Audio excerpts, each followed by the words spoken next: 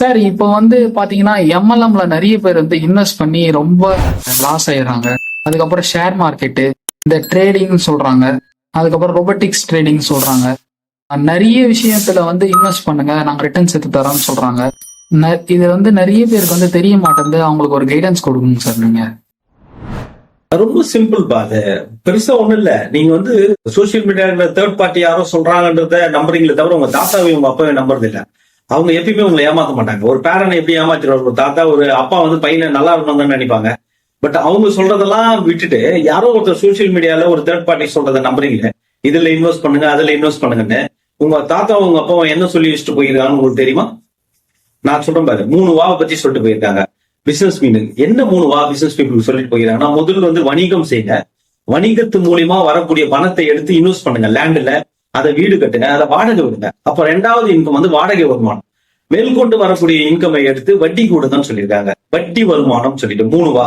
இது வட்டி இருந்தா என்ன சார் ரிஸ்க் ஆச்சு சார் எடுத்துட்டு போயிடும். அந்த வட்டியை பத்தி அவங்க பேசவே இல்லை.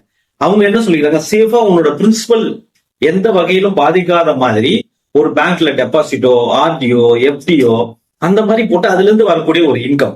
இது எவ்வளவு அழகா வந்து அந்த காலத்துல அவங்க சொல்லிட்டு போயிட்டாங்க 3 வான்ட்டு. அதுல பாருங்க, ஃபர்ஸ்ட் வா பாத்தீங்கன்னா ஆக்டிவ் பிசினஸ். நீ உட்காந்து அந்த பிசினஸ் பண்ணணும். அதுல இருந்து எடுக்கக்கூடிய அமௌண்ட்டை எடுத்து பாசிவ் இன்கம்ல போடுறாங்க. பாசிவ் இன்கம்னா என்ன? ஒரு வாடகை வீடு, அங்க நீங்க போய் இருக்க வேண்டியதே இல்லை. ஒரு வாடகை வீடு கட்டிட்டீங்கன்னா சேஃபா அதுல இருந்து ஒரு வாடகை வரும். இதுல ரிஸ்க் ஃபேக்டர் ரொம்ப கம்மி compare with share market. Okay, அதுக்கு அடுத்தது வட்டி வருமானம். வட்டி வருமானம்னா 3வது ஆளுக்கோ தேர்ட் பார்ட்டிக்கோ கொடுக்க சொல்லல, பேங்க்ல போட்டு வைங்க, ஃபோர்த் ஷாப்ஸ்ல போட்டு வைங்க அப்படின்ட்டு. இதுல நிறைய பேர் வந்து ஒரு பேட் கமெண்ட் வரதுக்கு வாய்ப்பு இருக்குது. இதெல்லாம் கேட்டுட்டு என்னன்னா டாக்ஸ் நிறைய வரும். டாக்ஸை பத்தி பேச வேணாங்க, நம்ம வந்து இன்கம் பத்தி முதல்ல போக்கஸ் பண்ணலாம். இன்கம் வந்தா தானே டாக்ஸை பத்தி நம்ம பேச போறோம். அப்ப முதல்ல இன்கம் நம்மளுக்கு வரதுக்கு என்ன வழியோ அதை பார்க்கலாம். முதல்ல நான் என்ன சொல்றேன்னா, யாரோ சோசியல் மீடியால பேசுறாங்கன்னு சொல்லிட்டு அவங்களெல்லாம் ஃபாலோ பண்ணீங்களே, உங்க அப்பா உங்க தாத்தா என்ன சொன்னாங்க? இந்த 3 வா சொல்லி கொடுத்துட்டு போயிருக்காங்க. வணிகம், வாடகை, வட்டி. முதல்ல இந்த 3 வாவை ஃபாலோ பண்ணுங்க. இந்த 3 வாவை ஃபுல்ஃபில் பண்ணுங்க. உங்க பிசினஸோட உங்க லைஃபோட கோலாவே இதை ஃபிக்ஸ் பண்ணீங்க. அட்லீஸ்ட் எனக்கு 2 வீடுல இருந்து வாடகையாவது வரணும், ஒரு 10 லட்சம் ரூபாய் போட்டுட்டு அதுல இருந்து ஒரு வட்டி வருமானமாவது வாங்கணும் பேங்க்ல இருந்து, நான் வந்து ஆக்டிவா என் பிசினஸ்ல இருந்து ஏர்ன் பண்ணணும் அப்படின்ற முதல்ல ஒரு சிம்பிளிஃபை இந்த ஒரு இது பண்ணுங்க. எப்பயுமே உங்களோட ஆன்செஸ்டர் வந்து உங்களுக்கு வந்து தப்பா கைட் பண்ண மாட்டாங்க. இன்னைக்கு லேண்ட் லார்டு பெரிய ஆளு நம்ம ஊர்ல சொல்றோம், லேண்ட் வச்சிருக்கிறதுனால தானே சொல்றோம். அதனால யாரோ ஒருத்தர் சோசியல் மீடியால சொல்றாங்க அப்படின்றதுக்காக நான் வந்து ரிஸ்க் ஃபேக்டர்ல எடுத்து போய் என் பணத்தை கொட்டிட்டு அப்புறமா பணம் போச்சு அது போச்சு இது போச்சுன்னு புலம்புறதை விட உங்க எதிர்க்கிற இடத்த நீங்க வாங்கி போட்டுட்டு அதுல பிசினஸ் பண்ண பாருங்க. அதுல வந்து வாடகைக்கு விட பாருங்க. இதுல ரிஸ்க் ஃபேக்டர் ரொம்ப கம்மி. ஏன்னா நீங்க இடம் வாங்கும்போது விசாரிச்சு தான் வாங்குவீங்க. உங்களுக்கு லோன் கிடைக்கிறது ஈஸி. ஒரு பிசினஸ் லோன் போது பிசினஸ் நிறைய பேர் நம்ம பண்றோம். பட் லோனும் போய் பேங்க்ல கேட்கும்போது உங்களுக்கு ஒரு விஷயம் என்னன்னா, லோன் கேட்கும் போதே கொலாட்டல் இருக்குதான்னு கேட்பாங்க. அப்ப எனக்கு இடம் இருந்தா தானே கொலாட்டல் இருக்கும். பட் இன்னைக்கு சோசியல் மீடியால முக்கால்வாசி பேர் இடம் வாங்குறதே வேஸ்ட்னு சொல்லி சுத்திங்கிறாங்க. அப்ப இடம் இருந்தா தானே பிசினஸ் நமக்கு சப்போர்ட் பண்ணி பேங்க்கு லோன் வாங்க முடியும். நான் கொலாட்டல்னு சொல்றது மறந்துடுங்க. ஒரு பெரிய லோன் வாங்கணும் போது கொலாட்டல் வரும். இப்போ சோசியல் மீடியால பாத்தீங்கன்னா மேக்சிமம் மெம்பர்ஸ் என்ன பண்றாங்கன்னா, அந்த இன்வெஸ்ட்மெண்ட்டை பத்தி சொல்லும்போது தங்கம் வாங்குறது வேஸ்ட், தங்கத்துல இன்வெஸ்ட் பண்ணாதீங்கன்றாங்க. பட் உங்க தாத்தாவும் உங்க அப்பாவும் என்ன சொல்லியிருக்காங்க, ஆபத்தாண்டவன் சொல்லிட்டு போய்க்கிறான். தங்கத்துக்கு ஒரு பேர் வச்சுக்கலாம், ஆபத்தாண்டவன். என்ன ஆபத்தாண்டவன்? தங்கத்தை வாங்கி வீட்டுல வச்சேன்னா நாளைக்கு உங்களுக்கு ஒரு பிரச்சனை வச்சுக்கோ, அதை எடுத்து போயிட்டு நீ விற்க முடியும், வித் இமீடியட்டா லிக்விட் பண்ணி எடுக்க முடியும். நான் ஒரு மியூச்சுவல் ஃபண்ட்லயோ ஷேர் மார்க்கெட்ல வித்தனா ஒரு அடுத்த 5 நிமிஷம் 10 நிமிஷத்துல எனக்கு லிக்விட் பண்ணியா மாத்த முடியாது. அதுக்கு சில ஃபார்மாலிட்டிஸ் இருக்கு. 2வது, அன்னைக்கு நான் வாங்கின ரேட்ல அந்த ஷேர் கொடுக்கணும். பட் அப்போ நீங்க பாத்தீங்கன்னா கோல்டு வந்து எவ்வளவு நம்மளுக்கு கை கொடுக்குது. நான் கோல்டை வாங்கி வீட்டுல வைக்கிறேன், இல்ல வீட்டுல இருக்கிற லேடிஸ் யூஸ் பண்றாங்க, இல்ல நான் வந்து சேஃபா வச்சிருக்கேன், இன்வெஸ்ட்மெண்ட்ன்ற மோட்ல சேஃபா வச்சிருக்கேன்னா நாளைக்கு என்னோட பிசினஸ்ல ஏதோ ஒரு லாஸ், எனக்கு பணம் வேணும்னா அந்த ஆபத்தாண்டவன் தான் எனக்கு ஹெல்ப் பண்ணும்.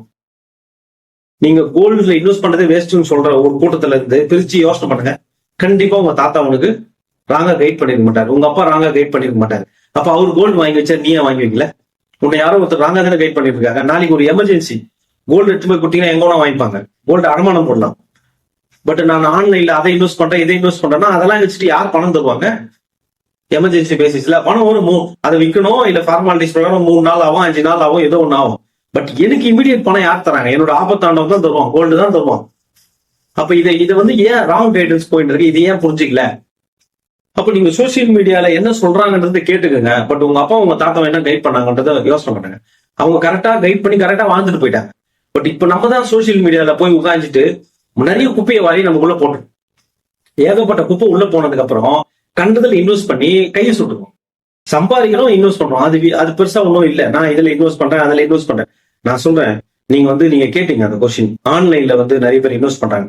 எவனா ஒருத்தன் ஆன்லைன்ல நான் இன்வெஸ்ட் பண்ண, ட்ரேட் பண்ண, கல்யாணம் பண்ண, குழந்தையே இல்ல படிக்க வச்சேன், இல்ல 10 வீடு கட்டினேன், எங்கன்னா இருக்கா 100ல ஒருத்தம் பண்ணுவான் அந்த வேலையை.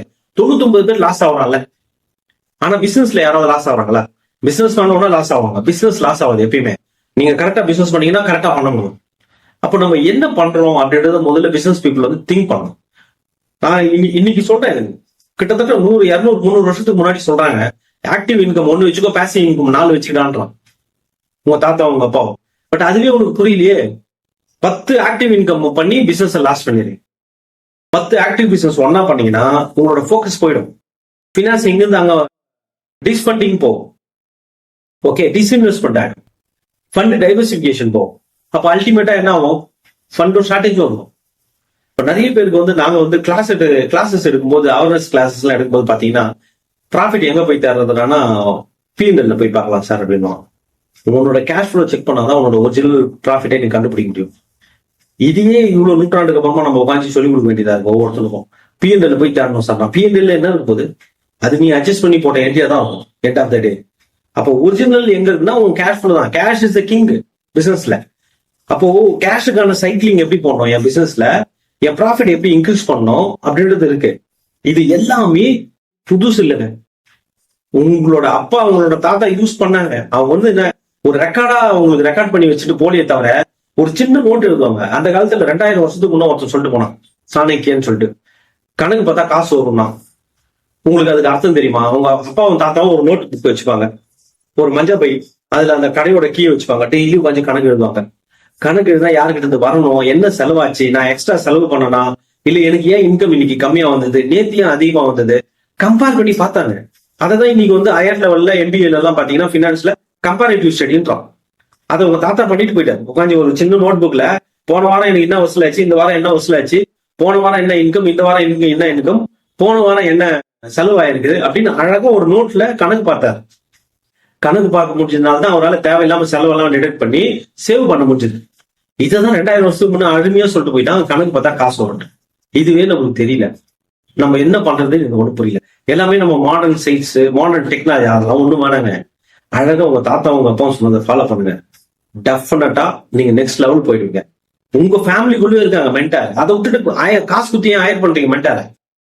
அவங்களோட பெஸ்ட் மென்டார் உங்களுக்கு எங்கேயும் கிடைக்க மாட்டாங்க. இப்போ நான் நிறைய பார்ப்பேன் சோசியல் மீடியால, நிறைய என் ஃப்ரெண்ட்ஸுக்கு எல்லாம் சொல்லுவாங்க ஃபேமிலி பிசினஸ் சொல்லிட்டு.